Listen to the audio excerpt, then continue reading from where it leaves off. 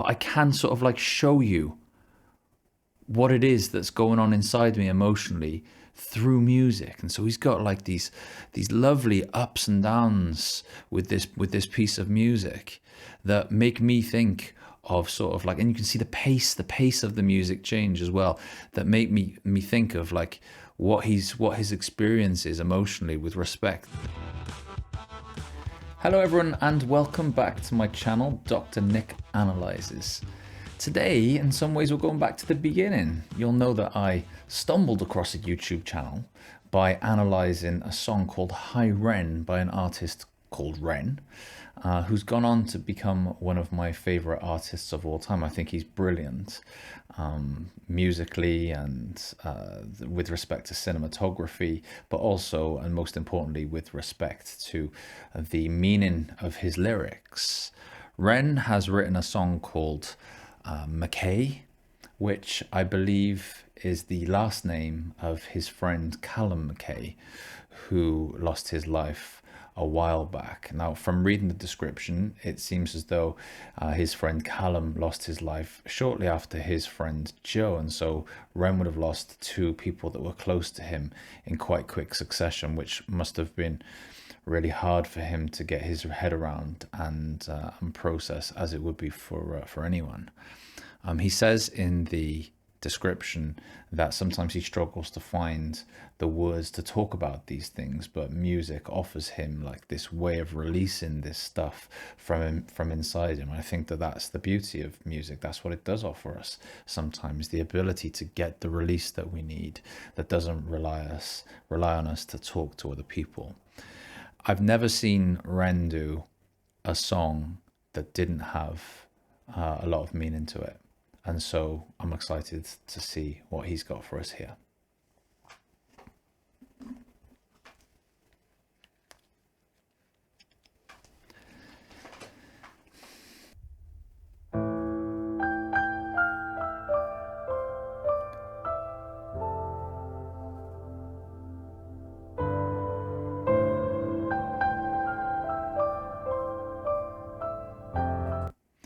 What's really strange about what just happened was I felt like a sense of comfort at seeing Ren again.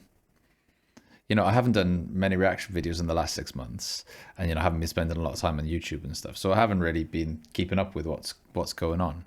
But upon seeing Ren, then I felt like this sense of warmth, this sense of like familiarity, this sense of it's nice to see him do his thing again.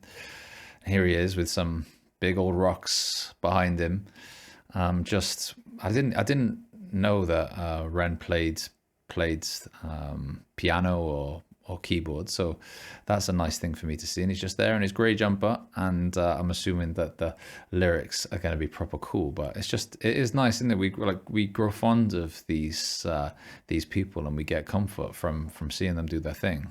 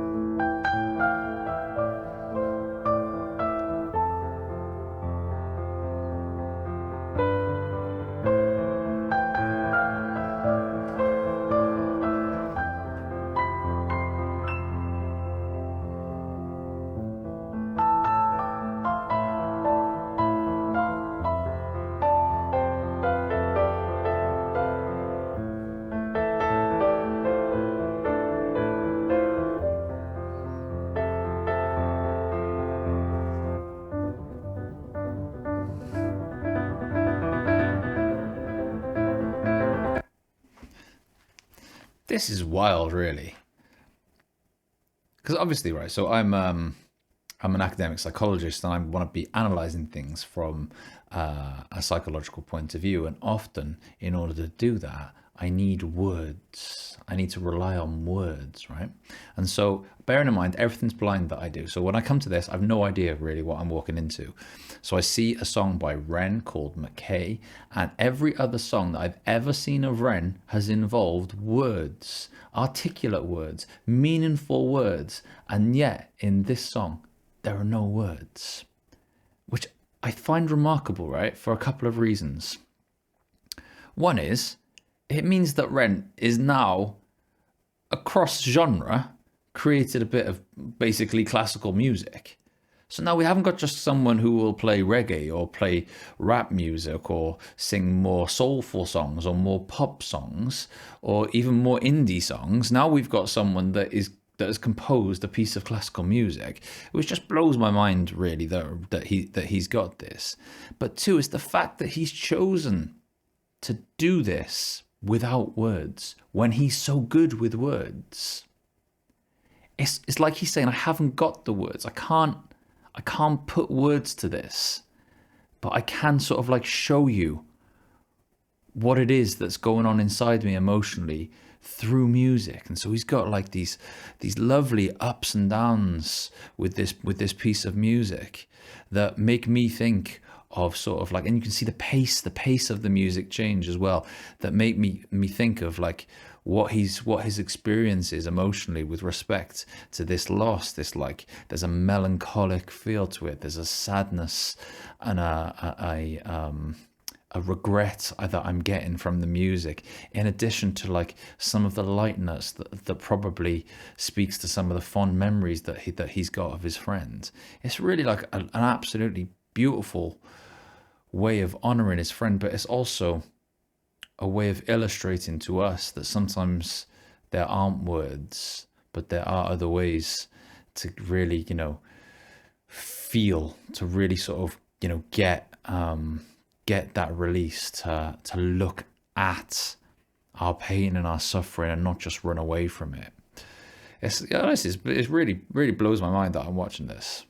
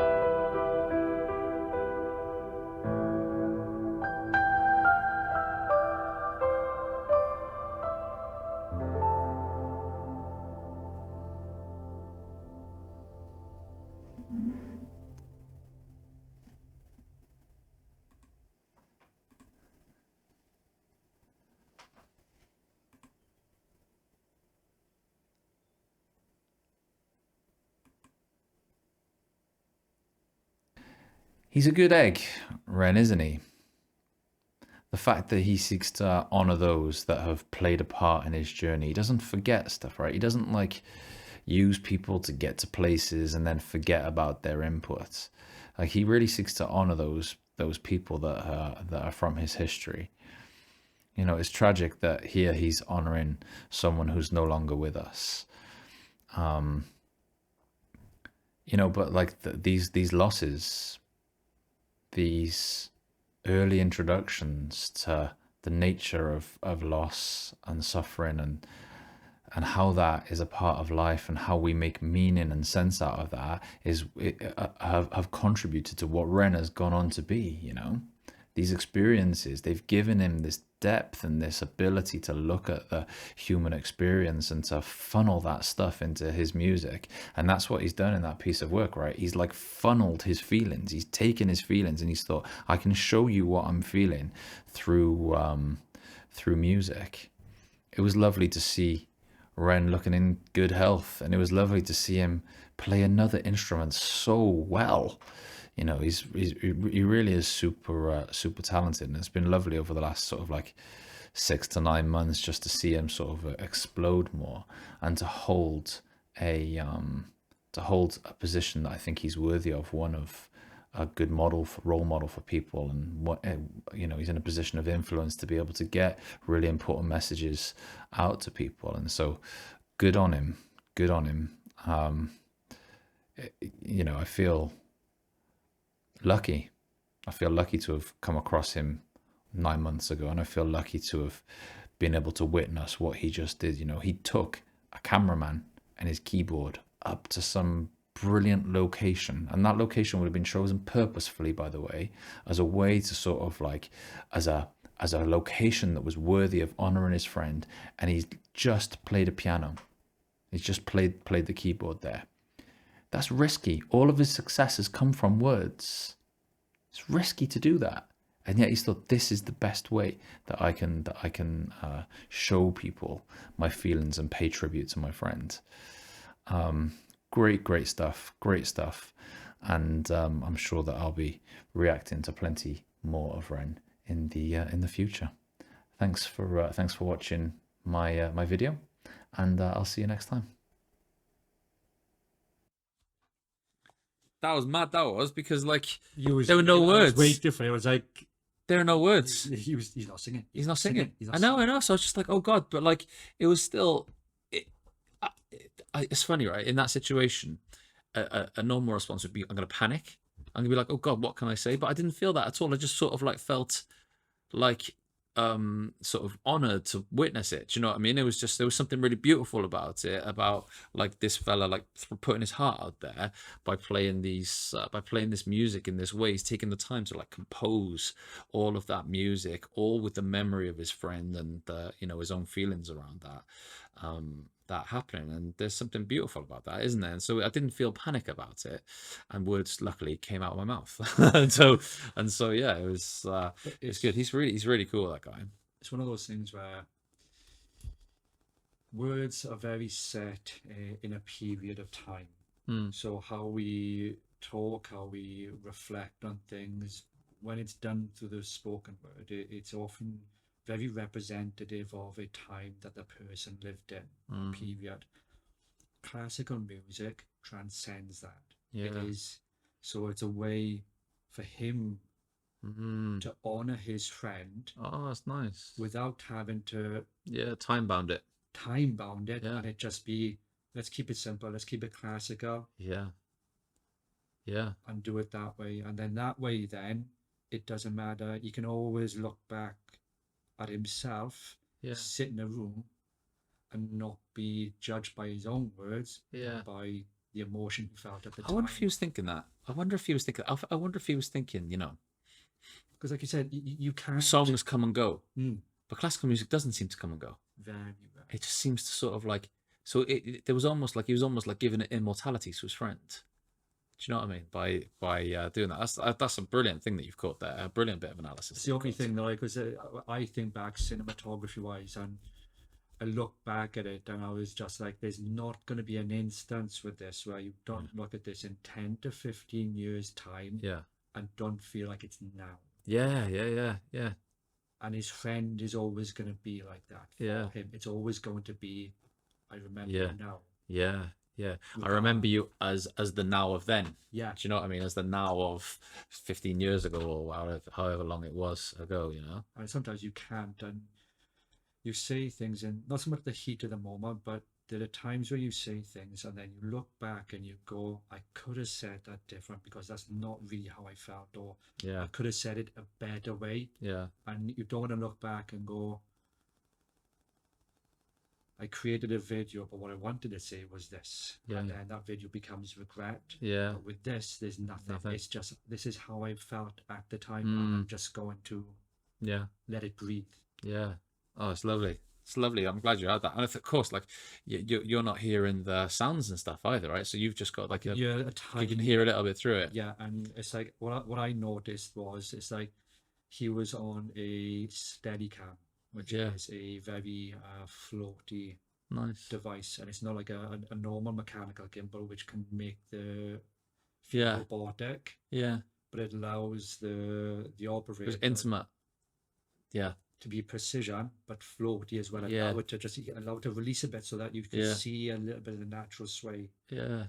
But it was Nice. it was lovely. So everything about that video, the way that they talk, not too much talked about it, but the way that they Yeah. choreograph, it's almost like an intimate dance between the two. Yeah.